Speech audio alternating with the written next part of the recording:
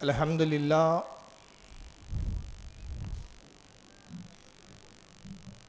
الحمد للہ الذی فضل علی سیدنا و مولانا محمد صلی اللہ علیہ وسلم علی العالمین جميعا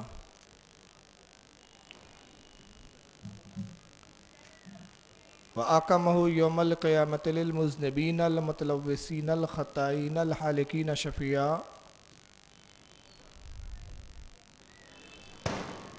وصلی اللہ تبارک و تعالی علیہ وعلی کل من ہوا محبوب و مرضی لدی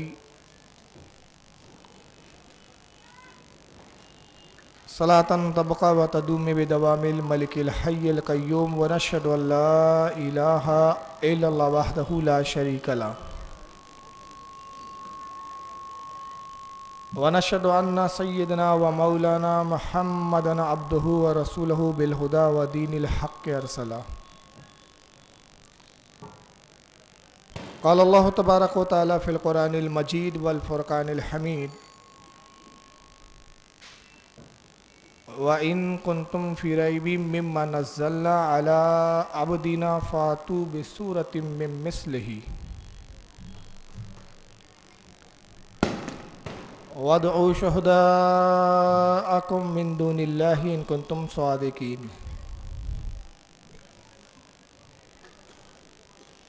فَإِن لَّمْ تَفْعَلُوا وَلَن تَفْعَلُوا فَاتَّقُوا النَّارَ الَّتِي وَقُودُهَا النَّاسُ وَالْحِجَارَةُ وَأُعِدَّتْ لِلْكَافِرِينَ صدق اللہ العظیم وصدق صادق المصدوق علیہ الصلاۃ والتسلیم ان اللہ وملائکتہ یصلون علی النبی یا ایھا الذین آمنوا صلوا علیہ وسلموا تسلیما اللہم صلی علی سیدنا مولانا محمد عدد معافی علم اللہ صلاۃ دائمۃ بدوام الملک اللہ صلی اللہ تعالی علیہ وسلم۔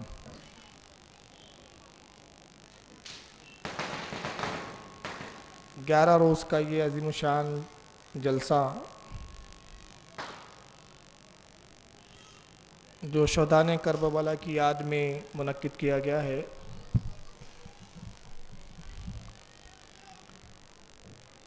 آپ کے اس بمبئی کے اس علاقے کماٹی پورہ میں دوسری بار حاضری کا موقع میسر آیا ہے۔ 6 ماہ قبل ایک عظیم الشان یہاں جلسہ ہوا تھا، اور پھر 6 ماہ کے بعد شہدائے کربلا کے حوالے سے آپ سے گفتگو کرنے کا موقع یہاں کے ہمارے احباب اہل سنت نے عطا فرمایا۔ میں ان کا ممنون و مشکور ہوں۔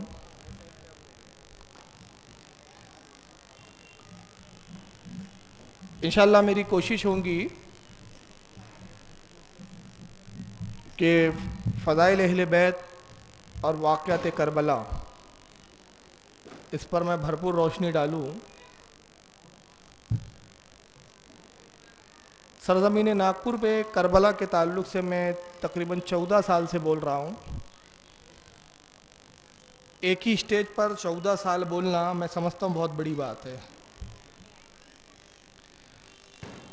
اور اللہ کا فضل و کرم ہے، تہدید سے نعمت پر عرض کرتا ہوں کہ 14 سال سننے کے بعد بھی عوام کی تشنگی ناگپور میں مٹی نہیں ہے۔ لیکن گزشتہ سال سے بمبئی میں بہت اصرار ہو رہا ہے کہ ناگپور میں تو آپ سناتے ہی ہیں محرم، آپ بمبئی میں بھی وقت دیجئے۔ چنانچہ گزشتہ سال میں نے کرلا میں 11 روز تقریر کی تھی، پھر 2 روز بشتی محلے میں بھی کی تھی، اور یہ بمبئی میں عشرہ محرم کے حوالے سے یہ دوسرا موقع ہے۔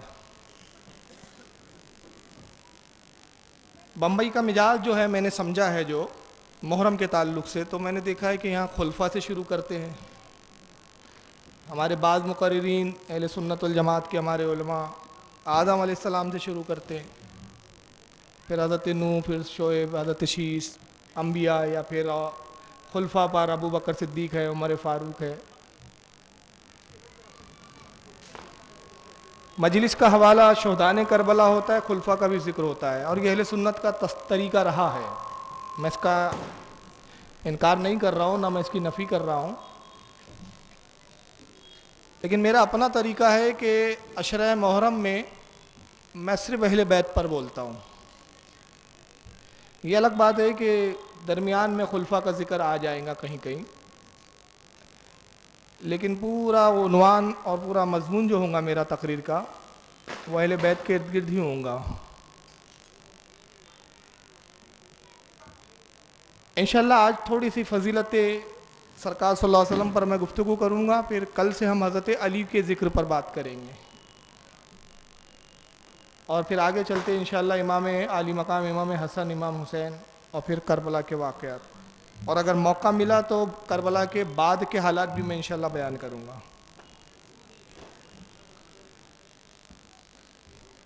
خطبے کے اندر جو میں نے آیت کریمہ تلاوت کی ہے، اللہ رب العزت نے اپنے کلام الہی کی بلاغت و فصاحت کے ساتھ ساتھ اس کے معجزہ ہونے کا، اپنے محبوب کے معجزہ ہونے کا بھی اس میں ذکر فرمایا ہے. جتنے انبیاء اکرام دنیا میں آئے ہیں اس میں بعض کو اللہ تعالیٰ نے کتابیں عطا کی. 4 ایسے برزیدہ پیغمبر ہیں جن کو 4 کتابیں دی گئی ہے، جس میں حضرت موسیٰ علیہ السلام کو توریت، حضرت داؤد علیہ السلام کو زبور، عیسیٰ علیہ السلام کو انجیل، اور ہمارے آقا و مولا نبی کریم صلی اللہ تعالی علیہ وسلم کو قرآن عظیم.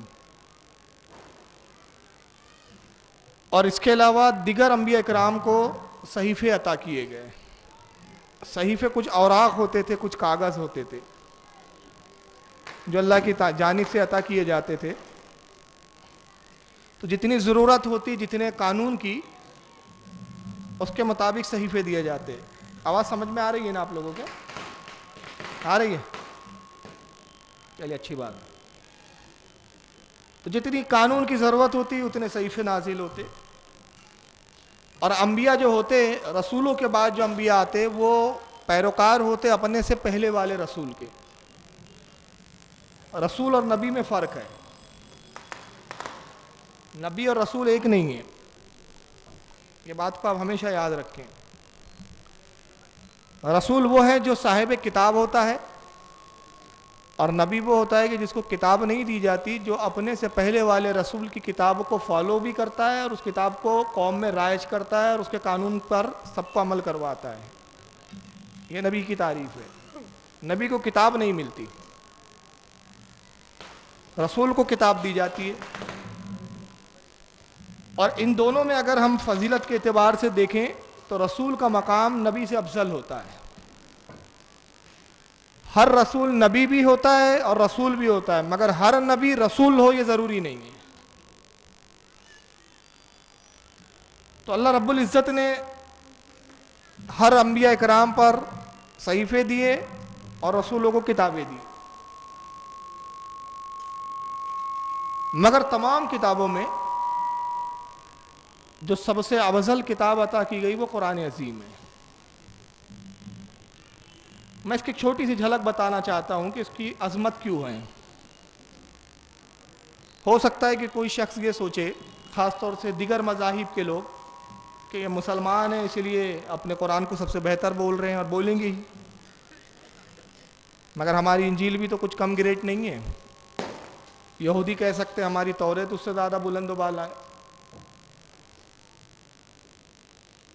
لیکن قرآن عظیم سب سے زیادہ افضل اس لیے ہے، اس کی وجوہات تو بہت ساری ہے، اس پر کئی گھنٹے گفتگو کرنے کی ضرورت ہے اور تب بھی شاید اس کا حق ادا نہ ہو سکے.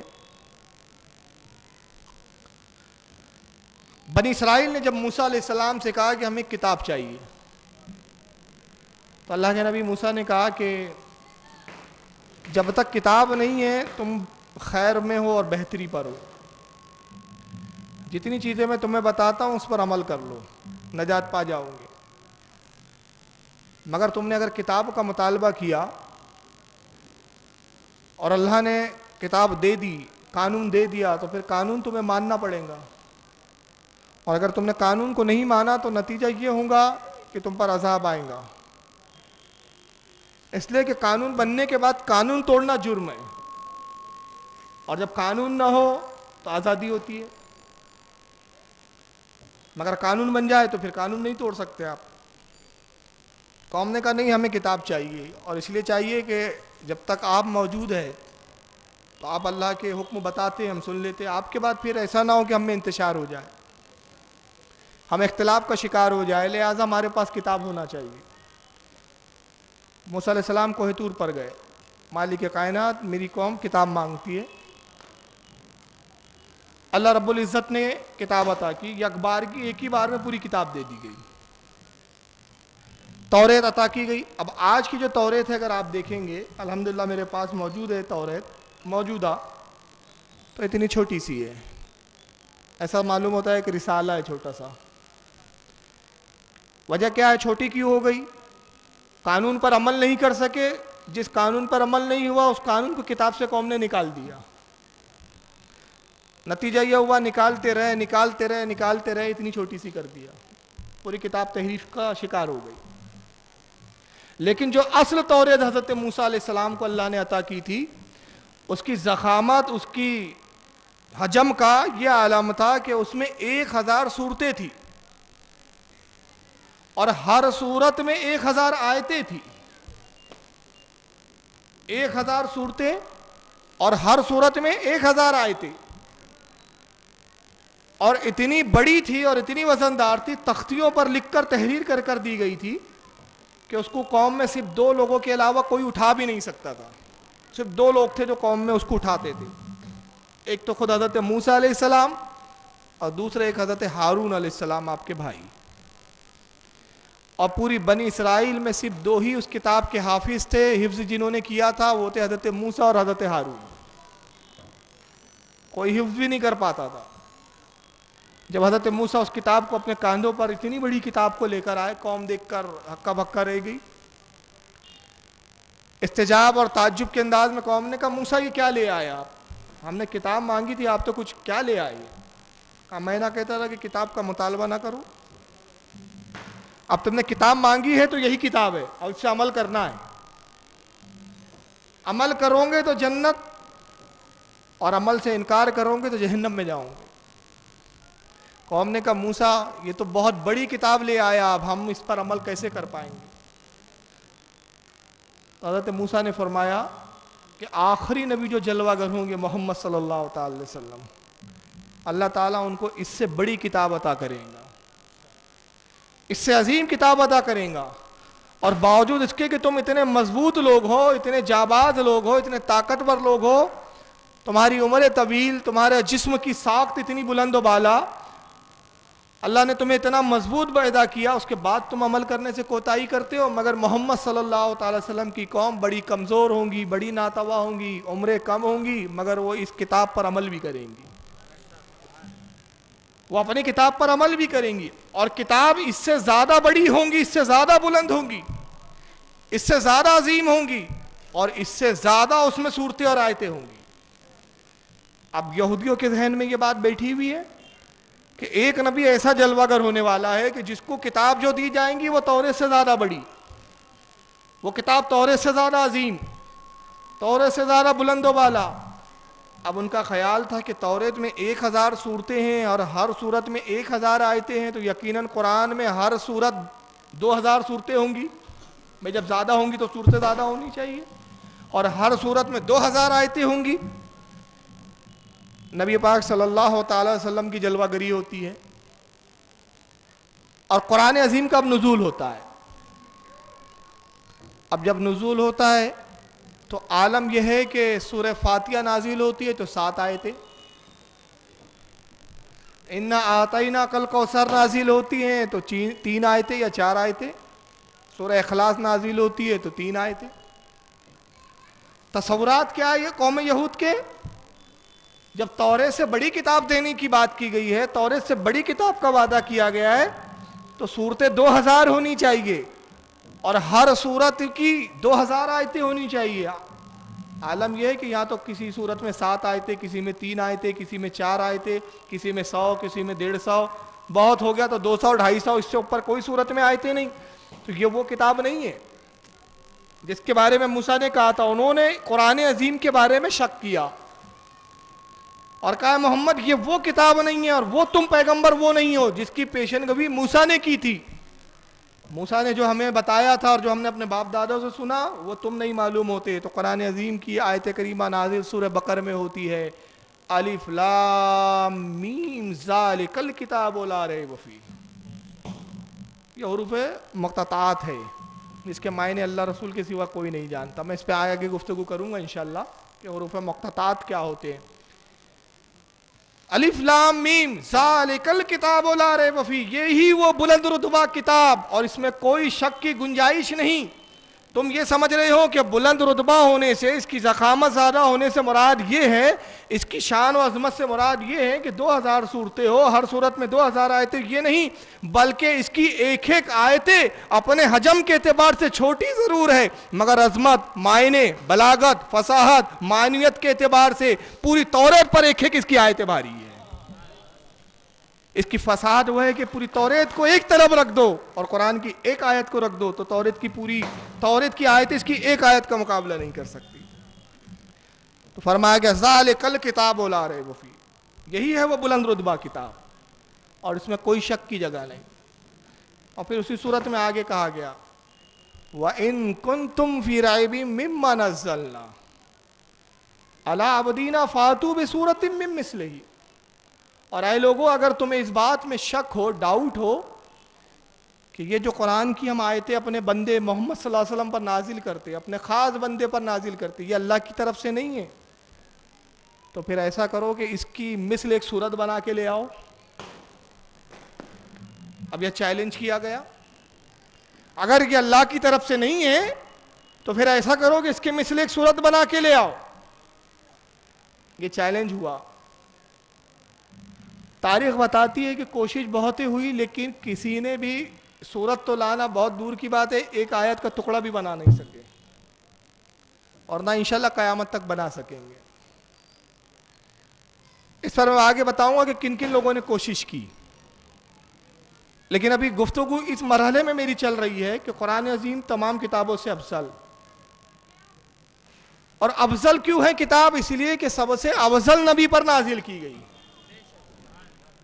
اب آپ کہیں گے کہ نبی افضل کیسے اور جس نبی پر کتاب نازل ہو رہی ہے وہ کتاب سب سے افضل کیسے؟ تو آئیے میں چند نکات آپ کے گوشے گزار کروں. جتنی کتابیں اللہ نے انبیاء کو دی، کتاب دینے کا انداز تھا. موسیٰ علیہ السلام نے کہا پروردگار کتاب چاہیے. کتاب کا مطالبہ کون کر رہا ہے؟ کون کر رہا ہے؟ نبی. مانگ رہے ہیں نبی، اے پروردگار مجھے تو کتاب دے، تو دے. مانگ رہے ہیں، التجا کر رہے ہیں. تو ارشاد ربانی ہو رہا ہے کتاب چاہیے، کوہ طور پر آؤ. کوہ طور پر آؤ. کس عالم میں آؤ؟ قرآن میں اس کا ذکر ہے. 30 روزے رکھو اور روزے ایسے رکھو 100 وصال کے، کسی وقت کچھ کھانا پینا نہیں ہے. اپنے پیٹ کو ہر طرح سے پاک کر لو، ظاہراً بھی پاکی حاصل کر لو، باطناً بھی پاکی حاصل کر لو. موسیٰ علیہ السلام نے 30 روزے رکھے.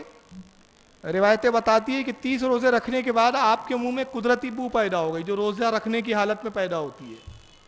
اور اس کے بارے میں حدیث پاک میں ہے کہ روزہ دار کے منہ کی خوشبو، بو فرشتوں کو مشک سے زیادہ بہتر ہے. فرشتے اس کو مجھ سے زیادہ پسند کرتے ہیں، اللہ کے نزدیک مجھ سے زیادہ بہتر ہے. بو پیدا ہوئی تو جناب موسیٰ علیہ السلام نے خیال کیا کہ اس بو کے ساتھ کوہ طور پر جاؤں، اللہ سے کلام کروں. حیا معلوم ہوتی. آپ نے مسواک کر لیا. اللہ نے فرمایا موسیٰ مسواک کیوں کی؟ عرض کی مالک کائنات منہ میں ایک بو پیدا ہو گئی تھی مسلسل روزہ رکھنے سے، تو اس سے ہم کلامی کا شرف حاصل کرنا ہے. میں نے چاہا کہ اس عالم میں جانا مناسب نہیں، میں نے مسواک کی، منہ صاف کر دیا. اللہ نے فرمایا موسیٰ وہ تم دیکھتے نہیں تھے جو ارد گرد تمہارے فرشتے منڈلاتے تھے، اب وہ دور ہو گئے ہیں تم سے. اے رب قدیر یہ فرشتے مجھ سے دور کیوں ہوئے؟ کہا یہ بو کی وجہ سے تم سے قریب ہوا کرتے تھے. ان فرشتوں کو تمہارے منہ سے نکلنے والی بھی بو مشک سے زیادہ پسندیدہ تھی، مگر تم نے اس کو صاف کر لیا، یہ تم سے دور ہو گئے. اب اس کے کفارے میں 10 اور مزید روزے رکھو. موسیٰ نے 10 اور روزے رکھے. کل ہو گئے کتنے روزے؟ 40 روزے رکھنے کے بعد طور پر پہنچے. کتاب عطا کی گئی. موسیٰ کتاب لو.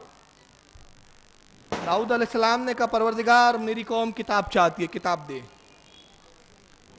داؤد نے بھی کتاب کا مطالبہ کیا، مانگا اللہ سے، اللہ کتاب دے تاکہ قوم ہدایت پائے، کتاب کو دیکھ کر عمل کرے۔ اللہ نے فرمایا داؤد کتاب چاہیے تو بیت المقدس میں آؤ، روزہ رکھو، روزے رکھ کر اپنے آپ کو ظاہراً باطناً پاک کر لو۔ حضرت داؤد نے پاک کیا، روزے رکھے، روزہ رکھنے کے بعد نیا لباس زیب تن کیا، غسل کیا، لباس تبدیل کیا، عطر سے اپنے آپ کو معطر کیا، بیت المقدس میں پہنچے، کتاب نازل ہوئی۔ جب جب آیتیں لینا ہوتی غسل کیا جاتا، کپڑے تبدیل کیے جاتے، روزہ رکھا جاتا، بیت المقدس میں داخل ہوتے، کتاب مل جاتی، آیتیں مل جاتی، زبور ترتیب پاتی رہی، زبور بن گئی۔ عیسیٰ علیہ السلام نے کہا مولا مجھے بھی کتاب دے، میری قوم ہدایت پائیں گی۔ عیسیٰ کتاب چاہیے، روزہ رکھو، اپنے آپ کو ظاہراً باطناً پاک کر لو۔ جناب عیسیٰ نے بھی وہی کیا، روزے رکھے، پروردگار اپنے آپ کو پاک کر لیا، روزے بھی رکھ لیے۔ اچھا اب کتاب چاہیے، یروشلم آؤ۔ عیسیٰ یروشلم جاتے ہیں، انجیل ملتی ہے۔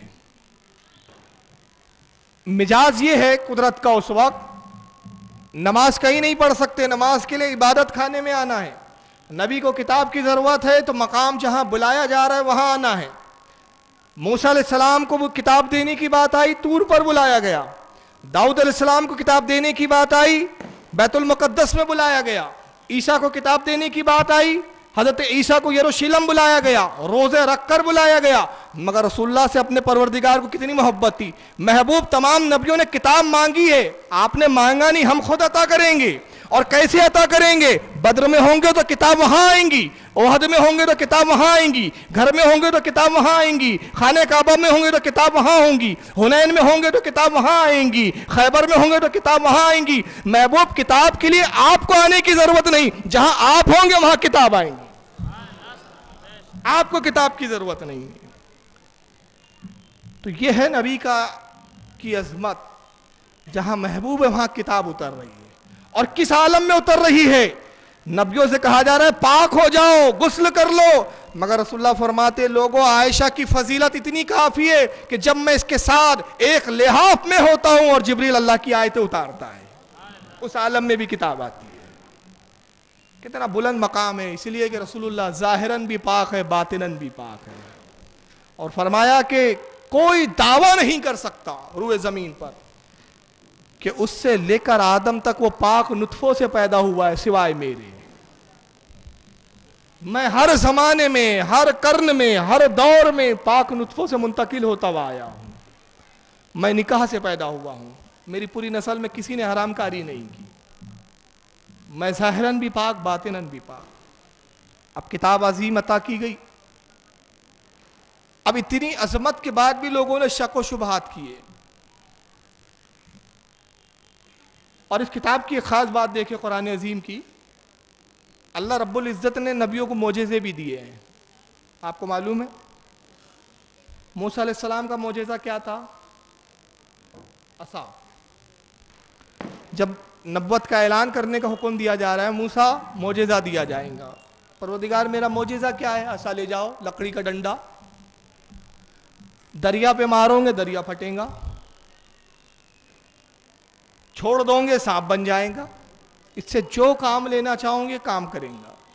اور دوسرا حضرت موسیٰ کو ایک معجزہ دیا گیا، ید بیضا، اس کو ید بیضا کہا گیا۔ ید بیضا کیا ہے؟ آپ اپنے سیدھے ہاتھ کو لیتے، بغل میں ڈالتے، دباتے، اور جب باہر نکالتے تو آپ کا ہاتھ سورج کی طرح چمکنے لگتا، اور اس ہاتھ سے ایسی روشنیاں ظاہر ہوتی کہ کوئی آنکھ اسے ملا نہیں پاتا تھا۔ اس کو کہا گیا ید بیضا، یہ معجزہ تھا۔ اندھیری رات میں آپ جاتے اور اپنے ہاتھ کو بغل میں ڈال کے جب باہر نکالتے تو ایسا محسوس ہوتا جیسے سورج طلوع ہو گیا ہو، آس پاس سب جگمگانے لگتا، اور اتنی روشنی ہوتی کہ مفسرین فرماتے ہیں کہ اگر کسی کی سوئی گر جائے تو سوئی کو تلاش کر لے اور سوئی میں دھاگا پرا لے، اتنی روشنی ہاتھ میں ہوتی۔ ید بیضا کا معجزہ دیا گیا۔ داؤد علیہ السلام کو بھی اللہ نے معجزہ دیا، کتاب بھی دی، معجزہ بھی دیا۔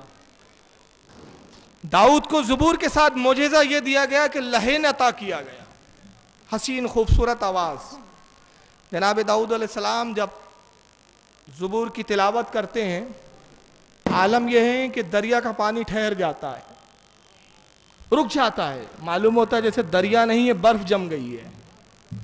آپ بیٹھ کے کسی پہاڑ کے ٹیلے پہ بیٹھ کے زبور اپنی دھن میں گنگنا رہے ہیں، پرندے ہوا میں معلق ہو جاتے، ٹھہر جاتے، پرندہ نہ آگے بڑھتا ہے، نہ پیچھے بڑھتا ہے، نہ زمین پہ گرتا ہے، جہاں ہے وہیں ٹھہرا ہوا ہے۔ اور جیسی زبور کی تلاوت ختم ہوئی، پرندے چلے جاتے۔ یہ معجزہ تھا۔ اور ایک اور معجزہ دیا داؤد علیہ السلام کو، لوہا موم کی طرح نرم ہو جاتا تھا۔ لوہے کو لیتے اور ایسے موڑتے جیسے موم کو موڑ رہے ہیں، زیر بختر بنا لیتے، تلوار بنا لیتے، جو چاہتے لوہے کو موڑ کے بنا لیتے۔ لوہا آپ کے ہاتھ میں آنے کے بعد نرم ہو جاتا۔ یہ معجزہ عیسیٰ علیہ السلام کو بھی معجزے دیا اللہ نے۔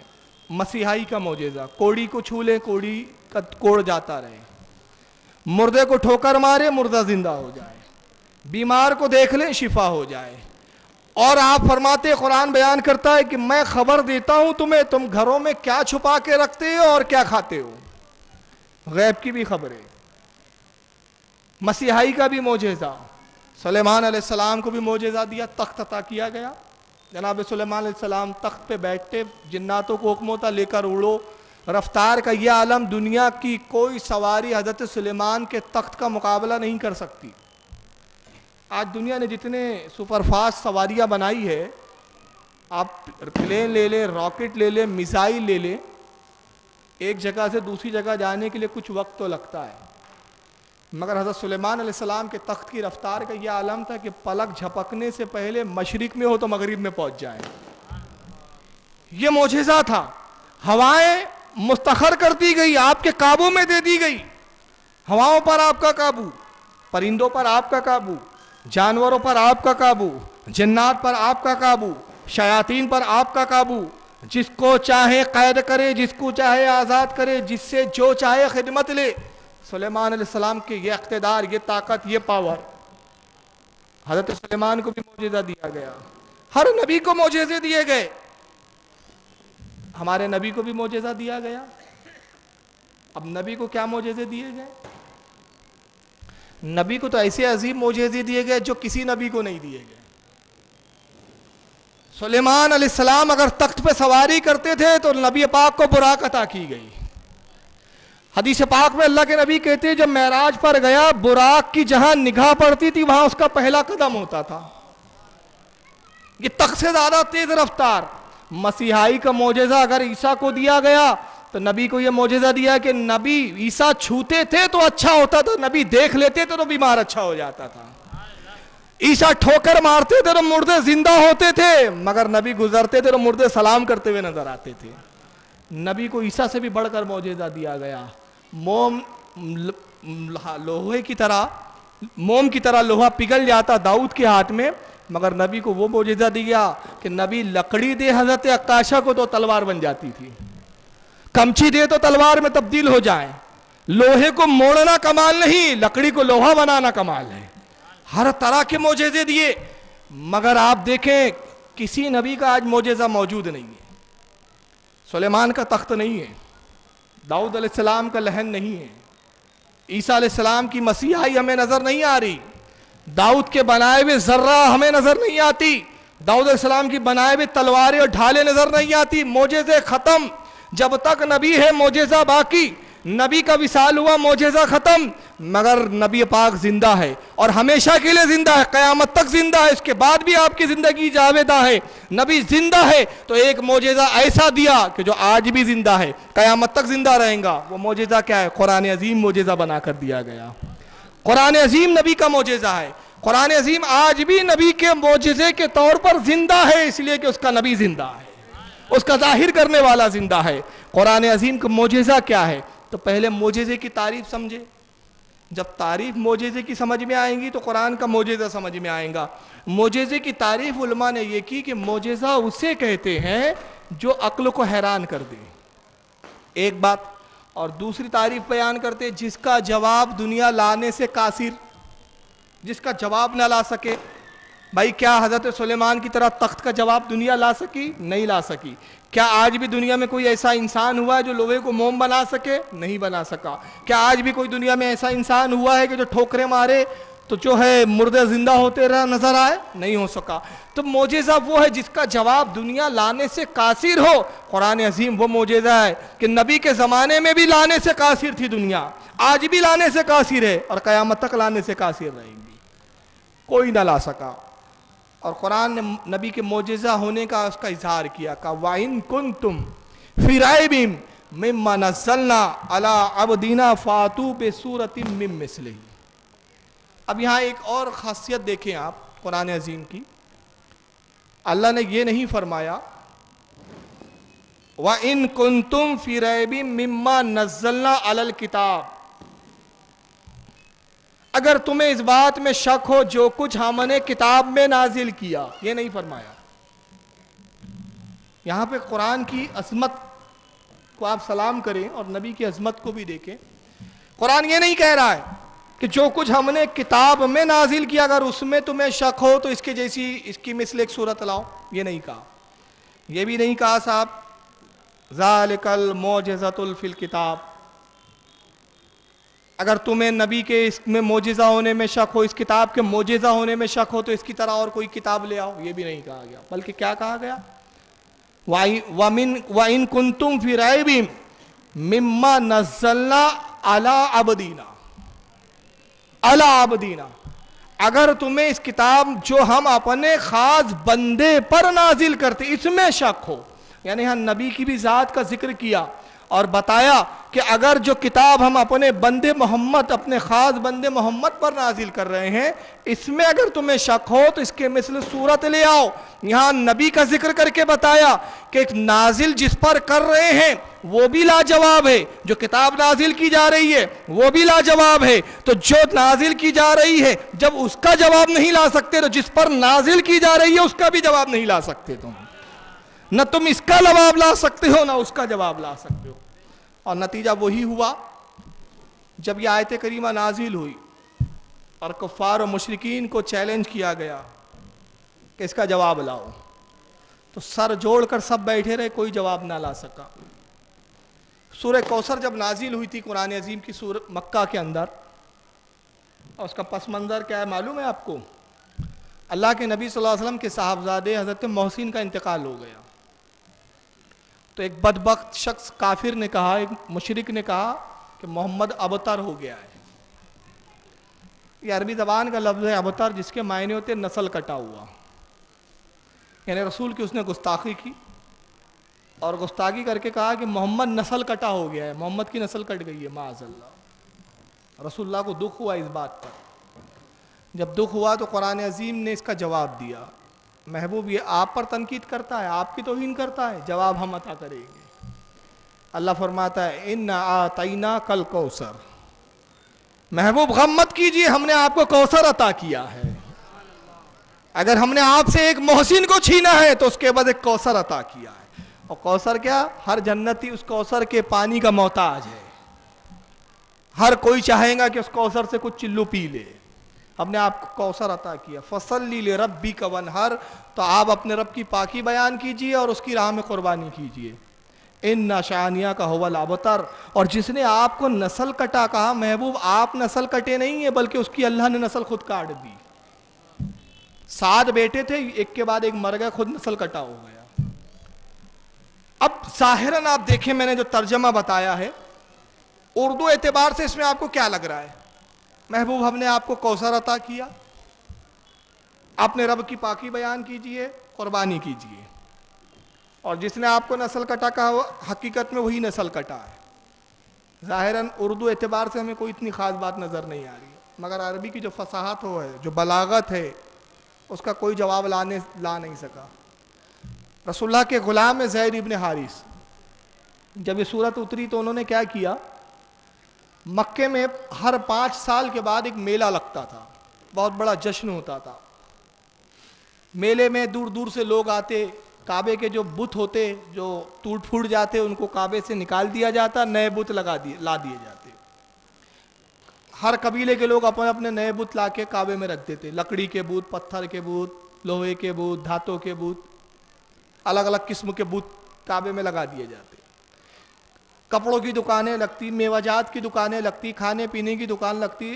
غرض کے مکہ کا بہت بڑا میلہ ہوتا تھا، دور دور سے شعراء آتے، دور دور سے ادیب آتے، شاعری کرتے، اور ان کے اشعار، ان کی شاعری کا مقابلہ ہوتا۔ اب مقابلہ کس انداز میں ہوتا دیکھیے، ہر شاعر اپنے کلام کو لکھتا، خانہ کعبہ کی دیوار سے جا کے لٹکا دیتا، تختی پہ لکھ کے لٹکا دیتا۔ اس زمانے کا ایک بہت بڑا شاعر تھا جس کا نام تھا امر القیس۔ امر القیس جو تھا یہ بہت بڑا عرب کا شاعر تھا، بڑا ضعیف العمر، اس کی بھویں تک سفید ہو چکی تھی اور آنکھوں کو ڈھانپ لیتی تھی، اتنا بوڑھا تھا یہ۔ آبادی سے دور جنگلوں میں رہتا، آبادی میں نہیں رہتا تھا، لوگوں کو نظر نہیں آتا تھا۔ امر القیس کو اگر کسی نے دیکھ لیا تو معلوم ہوتا تھا صاحب بہت بڑا اس کی قسمت جاگ گئی کہ اس نے اس کی آج زیارت کر لی۔ تختیاں خانہ کعبہ کی دیوار پہ لگا دی جاتی، رات میں امر القیس آتا، مشال ہاتھ میں ہوتی، ایک ایک تختی کو پڑھتا، شعر پڑھتا، اور جس کا شعر سب سے اچھا ہوتا اس پر اپنی مہر لگا دیتا۔ صبح جب اہل مکہ آتے دیکھتے کہ کس کی تختی پر مہر لگی ہے، کس کی تختی پر اس کے دستخط ہے، کس کی تختی پر اس نے انگوٹھی سے مہر لگائی ہے، جس کی تختی پہ لگا دی جاتی معلوم ہو جاتا یہ 5 سال کا سب سے بڑا شعرا ہے، سب سے بڑا شاعر ہے، اس کو سید الشعراء کا خطاب دیا جاتا، سونے اور چاندی میں اس کو تول کر انعام و اکرام سے نوازا جاتا، اور اس کے اشعار کو سونے کے پانی سے تحریر کر کر خانہ کعبہ کی چھت پہ لگا دیا جاتا۔ وہ 5 سال تک تختی رہتی، گویا صاحب کی بہت بڑا اعجاز تھا اس وقت۔ وہ میلہ آیا، رسول اللہ کے غلام زید ابن حارث انہوں نے بھی ایک تختی لی اور اس پہ لکھ دیا اِنَّا أَعْطَيْنَاكَ الْكَوْثَرَ فَصَلِّ لِرَبِّكَ وَانْحَرْ إِنَّ شَانِئَكَ هُوَ الْأَبْتَرُ۔ تختی کو لٹکایا، رات میں نکلے اور خانہ کعبہ کی دیوار سے اس کو بھی ٹنگا دیا، وہ شاعروں کے کلام کے پیچھے۔ امر القیس آتا ہے رات میں، مشال ہاتھ میں، ایک تختی پڑھتا ہے آگے بڑھتا ہے، دوسری تختی پڑھتا ہے آگے بڑھتا ہے، تیسری تختی پڑھتا ہے آگے بڑھتا ہے، اور جیسی اس تختی کے پاس پہنچا اب پڑھتا ہے اِنَّا أَعْطَيْنَاكَ الْكَوْثَرَ، گم ہو گیا اس کی چاشنی میں۔ پھر پڑھتا ہے اِنَّا أَعْطَيْنَاكَ الْكَوْثَرَ، پھر پڑھ رہا ہے، پڑھے جا رہا ہے۔ دستور یہ تھا کہ سورج کے طلوع ہونے سے پہلے امر القیس چلا جایا کرتا تھا، مگر آج عجیب اتفاق ہوا کہ اس کے بعد نہ کسی کلام کو پڑھنے کے لیے آگے بڑھتا ہے، نہ کسی اور کلام کی طرف نظر کرتا ہے، بس بار بار زبان حال سے پڑھتا جاتا ہے، زبان سے کہتا جاتا ہے اِنَّا أَعْطَيْنَاكَ الْكَوْثَرَ فَصَلِّ لِرَبِّكَ وَانْحَرْ إِنَّ شَانِئَكَ هُوَ الْأَبْتَرُ اِنَّا أَعْطَيْنَاكَ الْكَوْثَرَ۔ پڑھ رہا ہے، یہاں تک کہ حال یہ ہوا کہ صبح کا سفیدہ نمودار ہوا، سورج طلوع ہوا، اہل مکہ خانہ کعبہ میں داخل ہوتے کہ دیکھیں امر القیس نے کس تختی پر اپنی مہر لگائی ہے، کس شاعر کو اس سال کا سب سے بڑا شاعر اس نے گھوشت کیا ہے، کس شاعر کو سید الشعراء کا خطاب دیا جائے گا۔ مگر جب پہنچے تو سب تعجب میں پڑ گئے، آج تک امر القیس کو کسی نے دیکھا نہیں تھا، چند اشخاص تھے جنہوں نے اس کو دیکھا تھا، روپوش آتا روپوش چلے جاتا، مگر آج سفیدی کا سفیدہ نمودار ہو چکا ہے، اور یہ تختی کو پڑھ کے مگن ہے، اسی میں گم ہے، اسی کو پڑھا جا رہا ہے، اسی کو پڑھا جا رہا ہے۔ اہل عرب نے اس کو گھیر لیا کہ امر القیس یہ کیا پڑھ رہا ہے، اور تو آج اتنی دیر تک، کہا ہٹو مجھے پڑھنے دو، پھر پڑھتا ہے۔ اب پوچھنے والے پوچھتے امر القیس دوسری تختی کیوں نہیں پڑھتا؟ اس کے بعد بے ساختہ کہتا ہے ما ھذا کلام البشر، قسم رب کائنات کی یہ کسی بشر اور انسان کا کلام معلوم ہی نہیں ہوتا ہے، یہ کسی انسان کا کلام نہیں، ایسا کلام میں نے آج تک دیکھا ہی نہیں۔ تو قرآن عظیم وہ کلام جس نے اچھے اچھوں کی عقلوں کو گم کر دیا، اسی لیے کہا کہ یہ نبی کا معجزہ ہے۔ اب جب یہ آیت آئی ظاہر سی بات ہے وَإِن كُنتُمْ فِي رَيْبٍ مِّمَّا نَزَّلْنَا، اب دیکھیں کتنا بڑا چیلنج ہے، ذرا چیلنج پہ آپ غور بھی کریں۔ وَإِن كُنتُمْ فِي رَيْبٍ مِّمَّا نَزَّلْنَا عَلَىٰ عَبْدِنَا فَأْتُوا بِسُورَةٍ مِّن مِّثْلِهِ، اگر تمہیں اس بات میں شک ہو جو ہم نے اپنے خاص بندے محمد صلی اللہ علیہ وسلم پر نازل کیا تو اس کی طرح ایک سورت تو لے آؤ، اور کس عالم میں لاؤ، کہ کوئی ایک فرد واحد کو چیلنج نہیں کیا جا رہا ہے، ایک فرد واحد آئے اور اس کا جواب لائے۔ وَادْعُوا شُهَدَاءَكُمْ مِن دُونِ اللَّهِ، اللہ کو چھوڑ کر جتنے تمہارے حمایتی ہیں سب مل جاؤ، جتنے دنیا کے حمایتی تم لا سکتے ہو سب جمع ہو جاؤ، اکیلے نہیں، صرف اللہ کو چھوڑ دو، اللہ کو چھوڑ کر جتنے تم جمع ہو سکتے سب جمع ہو جاؤ، اور جمع ہونے کے بعد اس کے مثل لے کر آؤ۔ اب ظاہر سی بات ہے یہ کوئی معمولی چیلنج نہیں تھا، یہ بہت بڑا چیلنج تھا۔ یعنی کوئی کہے کہ صاحب اس سے بہتر کوئی مائک ہو تو لے آؤ، اور جاؤ میں پوری مائک کی دنیا کی کمپنیوں کو چیلنج کر رہا ہوں اس سے بہتر مائک ہو تو لاؤ۔ ظاہر سی بات ہے دوسری مائک بنانے والی کمپنیوں کے لیے کتنا بڑا چیلنج ہے، نتیجہ کیا ہوگا؟ وہ اس بات کا لوڈ لیں گے، بولیں گے اچھا اتنا بڑا دعویٰ، اس سے اچھا مائک بنا کے ہم بتائیں گے۔ تو یہ عرب کو چیلنج کرنا، اور اس عرب کو جو اپنی زبان دانی پر گھمنڈ کرتے تھے، جن کا اعلان ہی یہ تھا کہ ہم عرب ہیں، ہم زبان والے ہیں، اور ہمارے علاوہ جتنے سب اجمی ہیں سب گونگے ہیں، ان کے منہ میں زبان ہی نہیں ہے۔ اور اس کے بعد قرآن نے آگے یہ بھی بیان کر دیا فَإِن لَّمْ تَفْعَلُوا وَلَن تَفْعَلُوا، اور جب وہ نہ لا سکے، اور محبوب ہم پہلے سے ہی فرما دیتے ہیں کہ ہرگز ہرگز نہ لا سکیں گے۔ قرآن نے کہا کہ لا بھی نہیں سکیں گے، اور پہلے سے ہی ہم کہہ دے رہے ہیں کہ ہرگز ہرگز نہ لا سکیں گے۔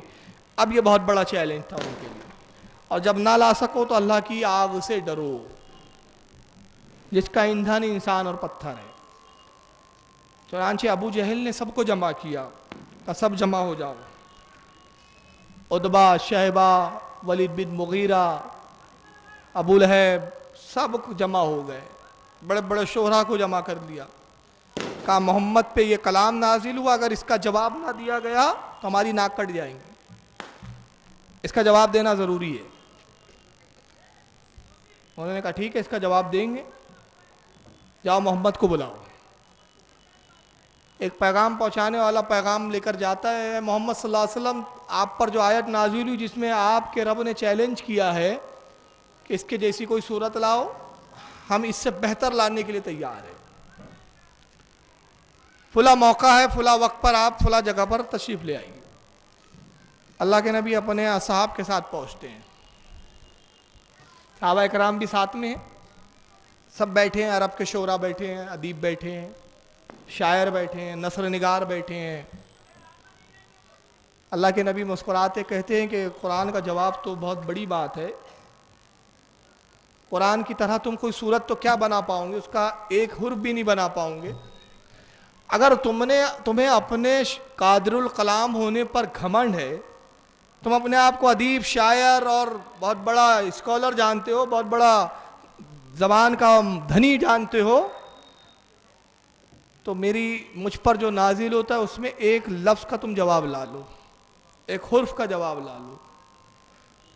انہوں نے کہا اچھا محمد کس کا جواب لانا ہے، بولو، تم کہو، تم جو کہو گے اس کا جواب ہم دیں گے، سوال تمہاری طرف سے ہوگا، جواب ہماری طرف سے ہوگا۔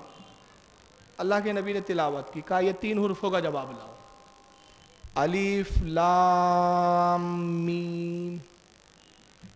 سرکار خاموش، ابو جہل ایک دوسرے کو دیکھ رہا ہے، عتبہ ایک دوسرے کو دیکھ رہے ہیں، یہ کیا پڑھا محمد؟ کہا لاؤ الف لام میم، ارے اس کا جواب لاؤ، کیا ہے اس کا جواب؟ ابو جہل خاموش، عتبہ خاموش، کہا محمد کچھ وقت دو۔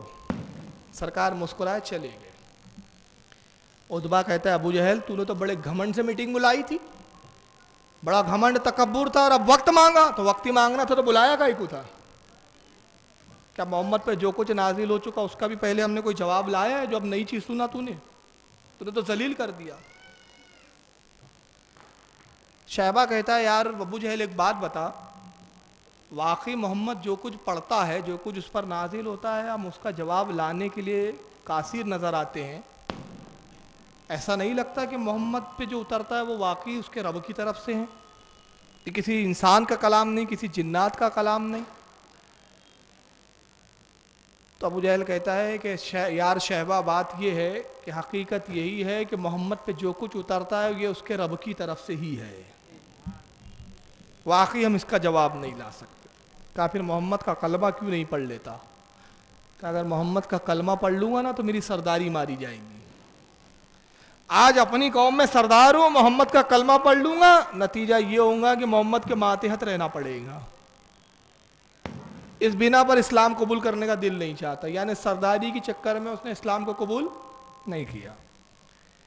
مگر الف لام میم کا تو کفار جواب نہ لا سکے تو کیا مسلمانوں میں کسی نے جواب لایا؟ اب یہ میں عرض کرنا چاہتا ہوں بڑے ادب کے ساتھ، کیا روئے زمین پر ایسا بھی کوئی عالم گزرا جس نے الف لام میم کو سمجھ لیا؟ حضرت عمر رضی اللہ تعالیٰ عنہ فرماتے 40 سال تک میں الف لام میم پر غور کرتا رہا لیکن میں اس کے الف کو بھی نہیں سمجھ سکا۔ ابھی میں بتاؤں گا اس سے فضیلت علی کیسے آئیں گی آپ کے سامنے، بڑی خاص بات بتا رہا ہوں۔ مگر رسول اللہ کے علم کا کیا علم؟ تفسیر روح البیان اٹھائیں، جب یہ آیت نازل ہوتی ہے جبریل آتے ہیں الف تو رسول اللہ فرماتے ہیں میں نے جان لیا، لام میں تو جانتا تھا، میم ہاں میں سمجھ گیا۔ جبریل کہتے یا رسول اللہ لانے والا میں، رب نے میرے ہاتھوں بھیجا اس کلام کو، میں اس کا لانے والا، لیکن اللہ کے رسول قسم خدا کی نہ میں الف سمجھا نہ لام سمجھا نہ میم سمجھا۔ اللہ کے نبی یہ کیا ہے؟ سرکار مسکرائے کہا جبریل یہ میرے اور میرے رب کے درمیان ایک راز ہے، میرے رب نے مجھ سے راز میں گفتگو کی اور میں اس کے راز کو جانتا تھا، سمجھ لیا اور میں پہلے سے جانتا تھا۔ جبریل نے کہا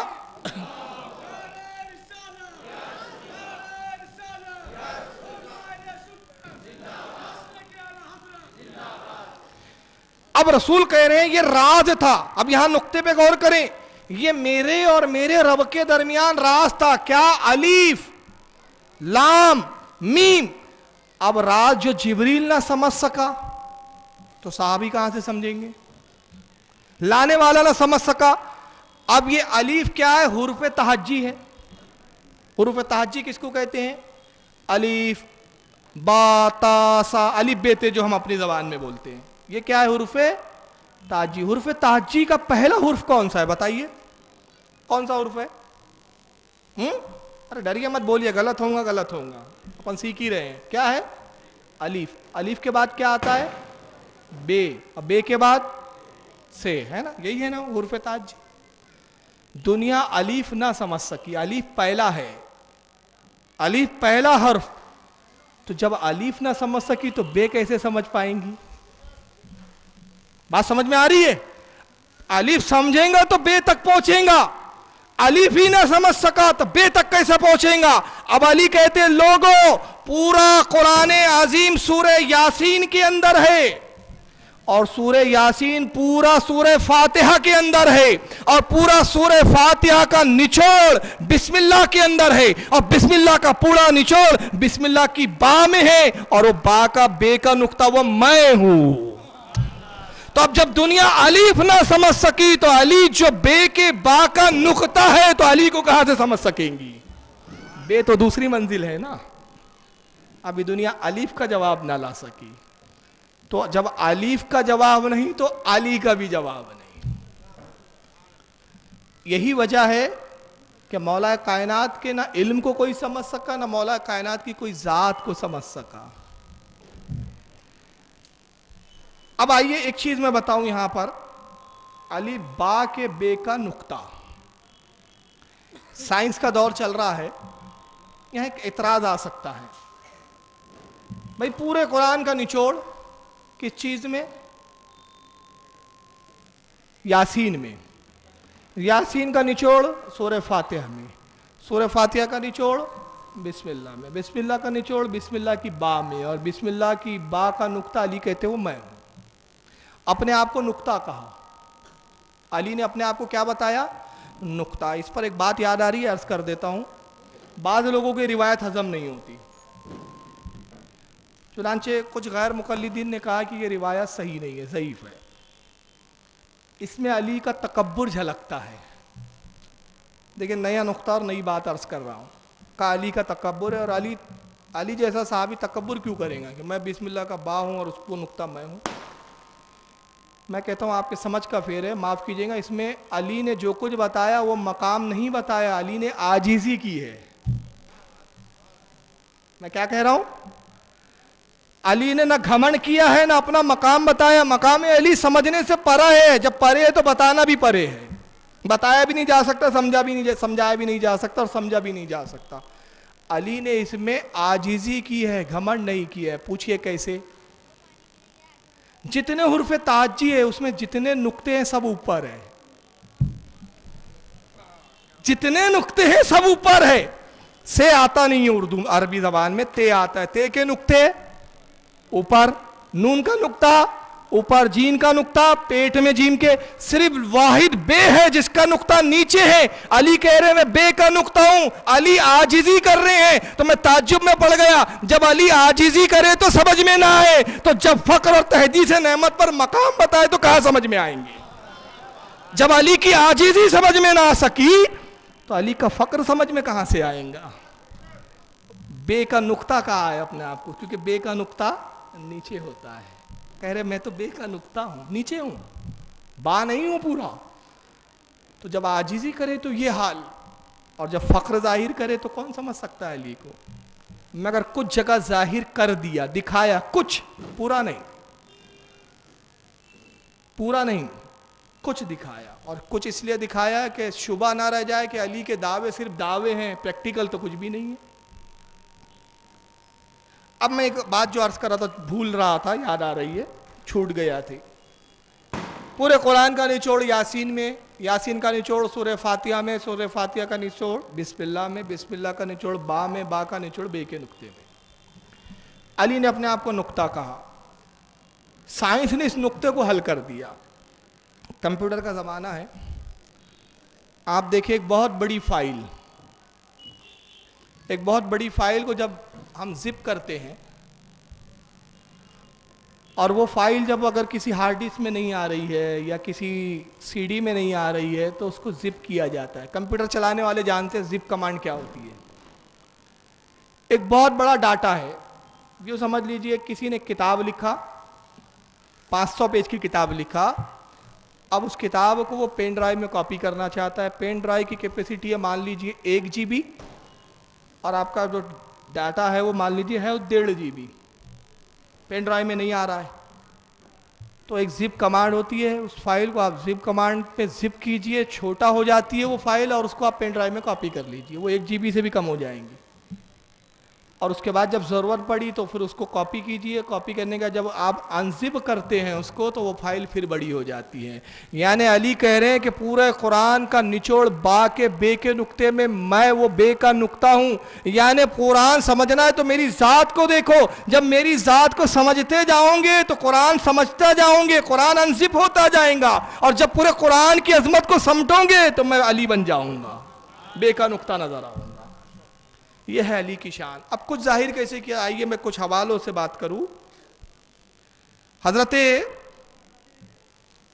علامہ عبد الرحمن جامی رحمۃ اللہ تعالیٰ علیہ بہت بڑے وقت کے بزرگ گزرے ہیں، ان کی کتاب ہے شواہد النبوت، اس میں انہوں نے ایک علی کی کرامت لکھی ہے، اور کرامت علی وہ یہ بیان کرتے ہیں کہ جب مولا کائنات سفر کے لیے نکلتے یا کسی مقام پہ مخصوص ہوتا آپ کا جانا، گھوڑے کو تیار کیا جاتا، گھوڑے کی رکاب میں ایک پیر ڈالتے، قرآن کی تلاوت شروع کرتے، اور جب رکاب میں دوسرا پیر ڈالتے اس درمیان میں پورا قرآن ختم کر دیتے تھے۔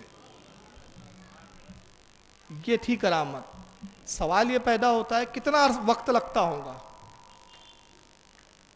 بھائی اس کو آپ اس پر قیاس کر لیں کہ آپ ہونڈا پہ بیٹھنا چاہتے ہیں، ہونڈا پہ آپ نے پیر رکھا، پلٹے، اس طرح بیٹھے، پیر دوسرا آپ نے بریک پہ رکھا، ایک گیئر پہ رکھا، گیئر میں ڈالا، آگے بڑھ گئے، کتنا عرصہ لگا؟ کتنا ٹائم آف پیریڈ ہے؟ 1 منٹ، 2 منٹ؟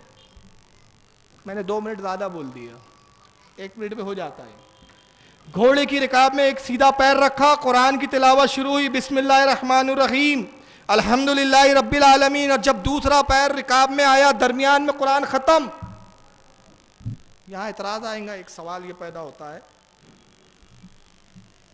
کہ بھائی اتنے کم عرصے میں قرآن کیسے پڑھا جا سکتا ہے، پہلا اعتراض.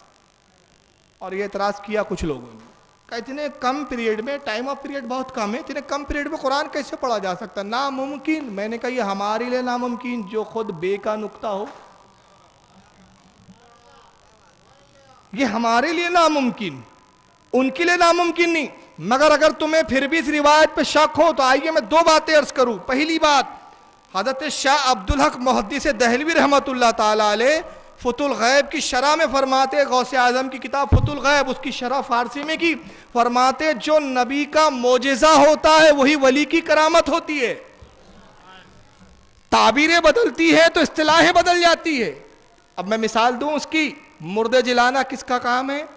اللہ کا. مارنا کس کا کام ہے؟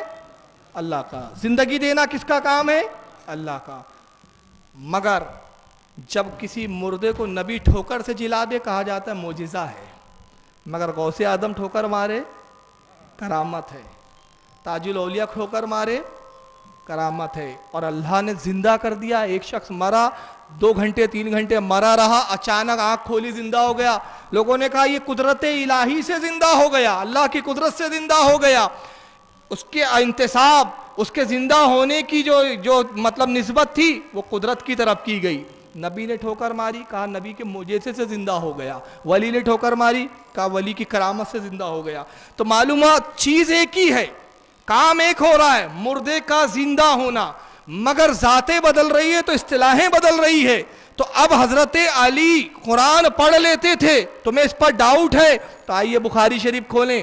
بخاری کی جلد نمبر 2، کتاب الانبیاء، باب امام بخاری نے باب قائم کیا قول اللہ تعالی وآتینا داؤد زبورا.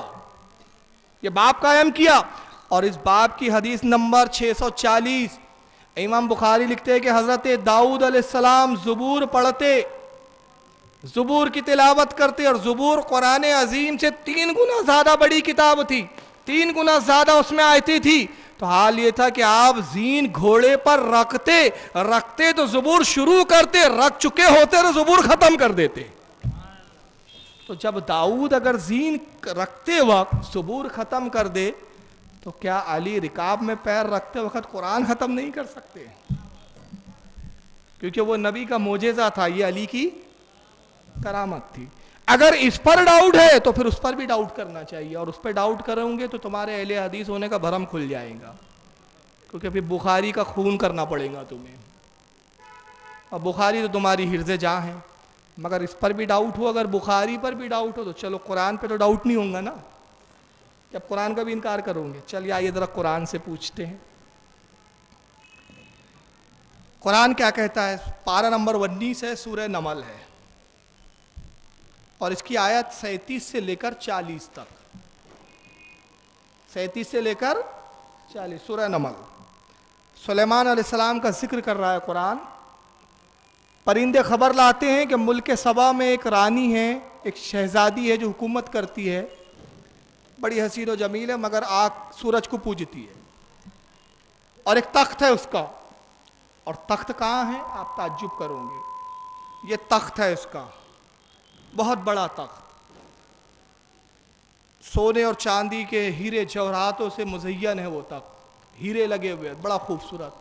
بلکہ ابن کثیر نے قصاص الانبیاء میں اس کی شرح جو کی، کہا کہ وہ تخت اتنا بڑا تھا. کتنا بڑا تھا؟ بلقیس کا تخت. بلقیس نام تھا اس عورت کا، سنا ہوں گا واقعہ آپ نے. بلقیس کا تخت اتنا بڑا تھا کہ اس پورے تخت پر 700 لوگوں کا دربار بھرتا تھا. آپ سوچ رہے ہوں گے تخت اتنا سا کرسی ہوگی، کرسی نہیں تھی وہ اتنا بڑا تخت تھا کہ بلقیس اس پر بیٹھتی تکیہ لگا کے، اور اسی تخت پر 700 اس کے درباری بیٹھا کرتے تھے. دربار جب خاص ہوتا اس کا، اتنا بڑا تخت تھا. اس تخت کو ایک کمرے میں قید ہے، کمرے میں رکھا ہوا ہے. اس کمرے کے بعد پھر دوسرا کمرہ، پھر تیسرا کمرہ. پیاز کے چھلکے ہوتے ہیں نا، جیسے ایک کے اوپر ایک، ویسے کمرے ہیں. 7 کمرے اور بیچ میں وہ تخت ہے حفاظت کے لیے، اور ہر کمرے کے دروازے کے باہر سپاہی. حضرت سلیمان نے اس کو خط لکھا کہ میری اطاعت کر، میری نبوت کا اقرار کر، میرے پروردگار کو مان، سورج کی پوجا چھوڑ، اس کو پوج جس نے سورج کو پیدا کیا. بلقیس نے کہا کہ میں خود ملوں گی، دیکھوں گی وہ واقعی نبی ہے یا نہیں۔ حضرت سلیمان دربار میں فرماتے کون ہے اس تخت کو لے آئے بلقیس کے میرے دربار میں آنے سے پہلے، تاکہ بلقیس جب میرے دربار آئے تو وہ میرے اس معجزے کو دیکھ کر نبی مان لے کہ وہ تخت جو اتنی حفاظتوں میں رکھا ہوا ہے واقعی نبی کا کام ہے کہ ایسی حفاظتوں کے گھیروں کو توڑ کر اس تخت کو اپنے پاس بلا لینا۔ اور ملک سبا حضرت سلیمان کے وطن سے کتنی دور تھا؟ 15 دن جانے کے لیے لگتے تھے، 15 دن آنے کے لیے لگتے تھے، یعنی 1 مہینے کا سفر۔ جانے کے لیے کتنے دن؟ 15، واپس آئیں گے تو 15، 1 مہینے کا سفر اونٹوں کا اس زمانے کا۔ کون ہے جو اس تخت کو میرے دربار میں لے آئے؟ ایک کالا جن کھڑا ہوا، وہ جناتوں میں سے تھا، کالا دیو تھا۔ کہا میں تخت لے آؤں گا آپ کے دربار ختم ہونے سے پہلے، آپ کا دربار برخاست تو اس سے پہلے تخت آپ کے پاس ہوں گا۔ دربار کتنے ٹائم کا تھا؟ فجر کے بعد شروع ہوتا، 10 بجے ختم ہو جاتا، یعنی دنیاوی ٹائم سے میں آپ کو اگر کیلکولیٹ کر کے بتاؤں تو سمجھ لیجئے 6:30 بجے سے دربار شروع ہوا، 10 بجے ختم ہو گیا۔ کتنے گھنٹے ہوئے؟ 3.5 گھنٹے۔ 3.5 گھنٹے کا دربار، یعنی 3.5 گھنٹے کے اندر لے آؤں گا۔ تو حضرت سلیمان نے کہا ارے واہ یار، بہت بڑا کام کیا تم نے، 30 دن کے سفر کو 3.5 گھنٹے کے اندر سمیٹ رہا ہے۔ 30 دن کے سفر کو 3.5 گھنٹے میں سمیٹ لیا، جا لیا۔ مگر سلیمان کو علم غیب تھا، جانتے تھے میرے دربارے میں اس سے بڑے بڑے بھی پاور اور طاقتور بیٹھے ہوئے ہیں۔ کہا میں اس سے زیادہ جلدی چاہتا ہوں، اس سے زیادہ جلدی۔ اب قرآن کہتا ہے قال الذی عندہ علم من الکتاب انا آتیک بہ قبل ان یرتد الیک طرفک۔ قرآن کہتا ہے کہ بس تبھی ایک شخص کھڑا ہوا، اور یہ شخص کون ہے؟ مفسرین کہتے ہیں اس کا نام ہے آصف ابن برخیہ۔ اور یہ کون ہے یہ بھی بتا دوں آپ کو، آپ کی نالج میں اضافہ ہو جائے۔ یہ حضرت سلیمان کا خالہ زاد بھائی تھا، رشتہ دار بھی تھا، انسان تھا، جن نہیں تھا۔ حضرت سلیمان کا وزیر تھا، حضرت سلیمان کا رشتے میں خالہ زاد بھائی تھا۔ قرآن کہتا ہے کہ آصف ابن برکیہ کھڑا ہوا، قال الذی، اور اس نے کہا عندہ علم من الکتاب۔ اب عربی کی فصاحت پر ذرا غور کریں آپ۔ علم، جس کے پاس کتاب کا تھوڑا سا علم تھا، پوری کتاب کا علم نہیں تھا۔ اور کون سی کتاب؟ زبور۔ زبور کتاب کا پورا علم نہیں تھا۔ علم کتاب فی الکتاب، علم من الکتاب، جس کے پاس کتاب کا تھوڑا سا علم تھا، وہ کھڑا ہوا اور اس نے کہا انا آتیک بہ قبل ان یرتد الیک طرفک۔ اے سلیمان میں آپ کے لیے وہ تخت لے آؤں گا اس سے پہلے کہ آپ پلک بھی جھپکا نہ پائے، آپ کی پلک جھپکیں گی بھی نہیں، کہ جھپکنے سے پہلے تخت آپ کی بارگاہ میں ہوں گا۔ فلما، پس وہ گیا، رہا مستقرن عندہ، قال ھذا من فضل ربی۔ قرآن کہتا ہے کہ بس سلیمان نے پلک جھپکائی بھی نہیں تھی کہ تخت ان کے قدموں میں تھا۔ سلیمان نے کہا ھذا من فضل ربی، یہ میرے رب کا فضل ہے کہ میرے غلاموں میں آصف ابن برکیہ جیسے بھی ہے، کہ جن کی قوت کا یہ عالم ہے۔ اب گئے کیسے سلیمان؟ یہ آصف ابن برکیہ گئے کیسے تخت لانے؟ مفسرین نے کہا ہوا میں اڑتے ہوئے نہیں گئے، سپاہیوں سے لڑا نہیں۔ اب 7 گھر کمرے، ہر کمرے کے باہر سپاہی، ان سے جدوجہد کرنا، لڑنا، دروازہ کھولنا، اس میں وقت ضائع ہو جائیں گا، پلک جھپکنے سے پہلے تخت نہیں آ سکتا۔ اب آپ تعجب پڑ جائیں گے جو مفسرین نے، محدثین نے لکھا کہ آصف ابن برکیہ گئے کیسے؟ زمین کو چیرتے ہوئے گئے اور زمین کو چیرتے ہوئے تخت لے کر آئے ہیں۔